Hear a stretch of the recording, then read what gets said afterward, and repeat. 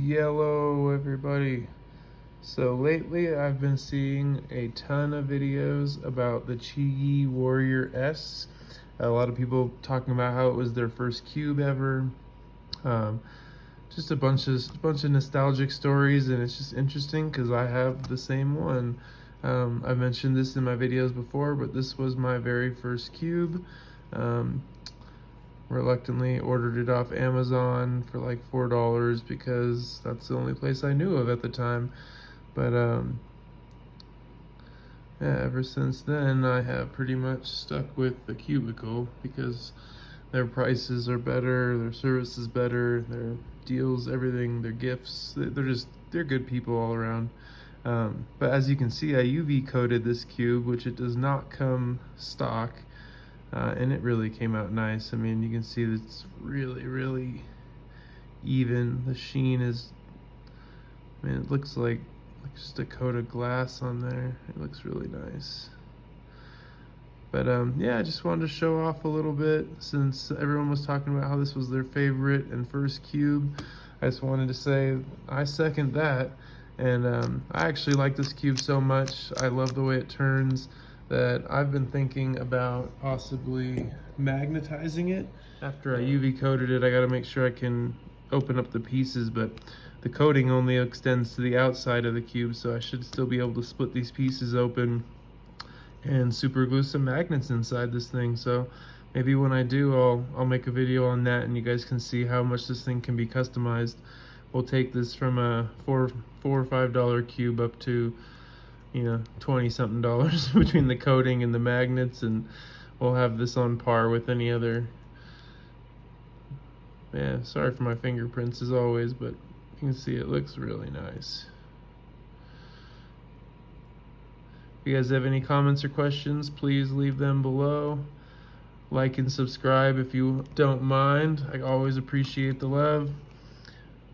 And yeah, you guys have a great day. I just wanted to kind of, I wanted to share this. This is like such an underrated cube. I still take this with me when I want, you know, a good cube on the go. And especially, I know I'm biased because I'm the person doing it, but this UV coating that I do, it feels better in your hands, where some UV coating can almost be slippery. I know some people prefer the matte for that reason, but this, it actually, I mean, like, pulls the skin. It's not tacky or anything. I mean, it slides so nice. It's almost smoother than when I first got it, but it just, you really get a grip, you know, so to speak.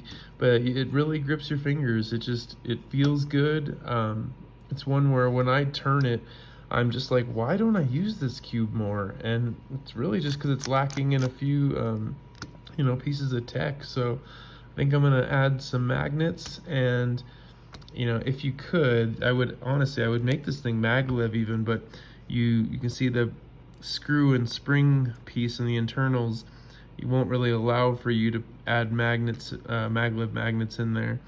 But I was gonna make this thing maglev and magnetic and just really go to town, but piece-to-piece magnets would be great, and I think that would be good enough. So yeah.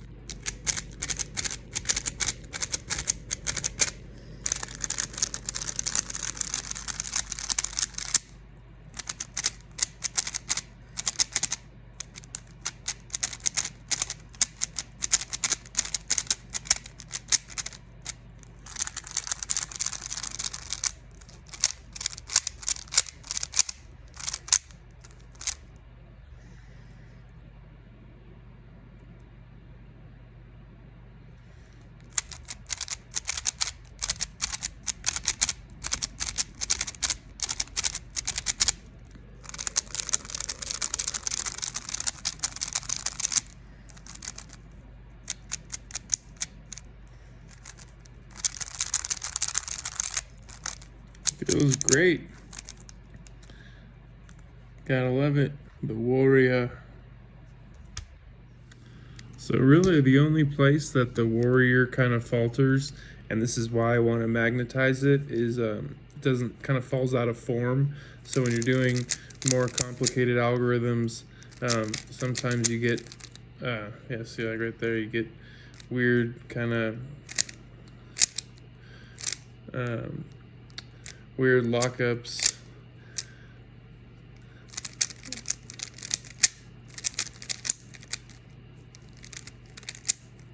And yeah, it's a little locky because, like I said, it falls out of form. You get, you know, a little bit out of sorts here, and it doesn't start turning as well.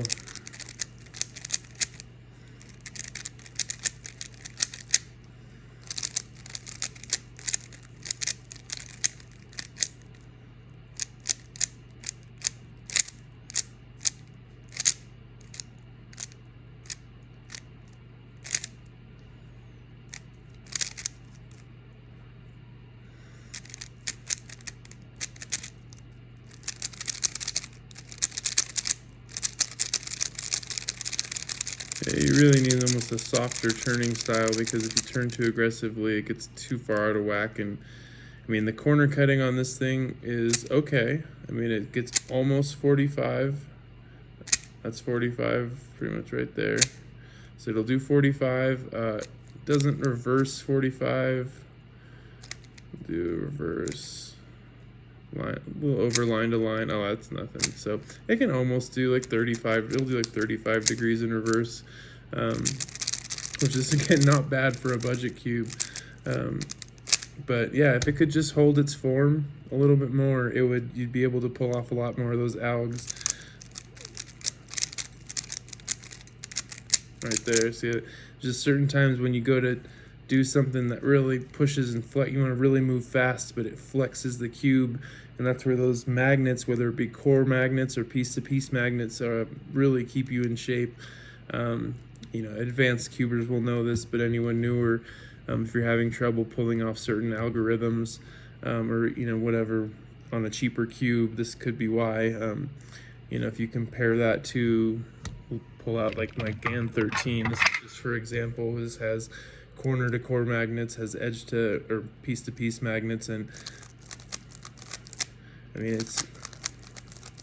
it's just no comparison. You can see there's no deformation, no, you know, this thing is as square as it can be at all times, and it just really helps. I mean, I personally love the GAN 13, and that's not what this is about, but I'm just giving an example of a very stable cube.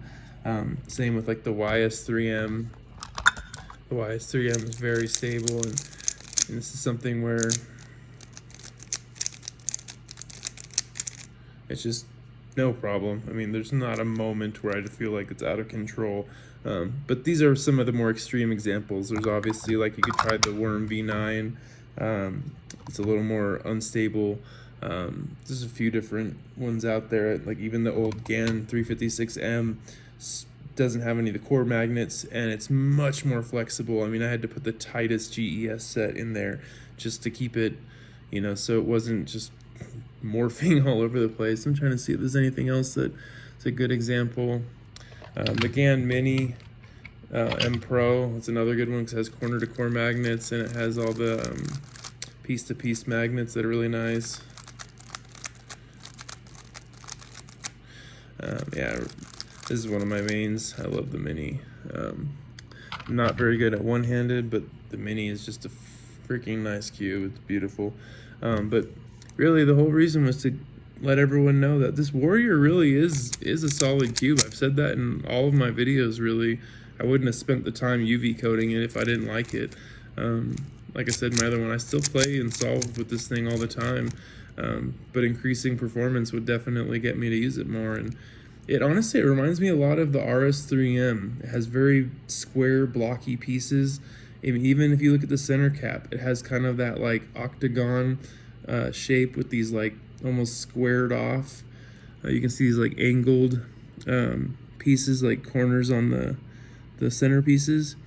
It actually, like I said, it reminds me a lot of the RS3M. So I'm just feeling like if I were to magnetize it, this would probably be a lot like the standard RS3M, which that'd be great. So I'm gonna give it a shot, and like I said, I'll let you guys know how it goes, and if I feel like it, I'll document the process along the way and hopefully help some people out.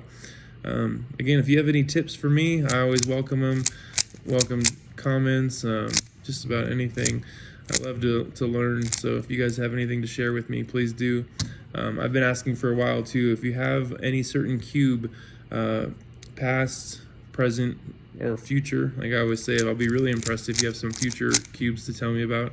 But yeah, if you have any favorite cube, whether it be a Mega Minx, a Scube, a Pyraminx, I don't care what it is, if you got something that you really love and you feel like other people should know about it, let me know. Like, just put a comment below of what cube you like, and if you have the time, put why you like it, because I would love to learn, and then it'll give me something, maybe a new project. But yeah, you guys all take care. If you have, like, again, any questions on UV coating, on cubes, on anything I can help you with, just say below and I'll get back to you. Like and subscribe if this was any help or any entertainment, and take care.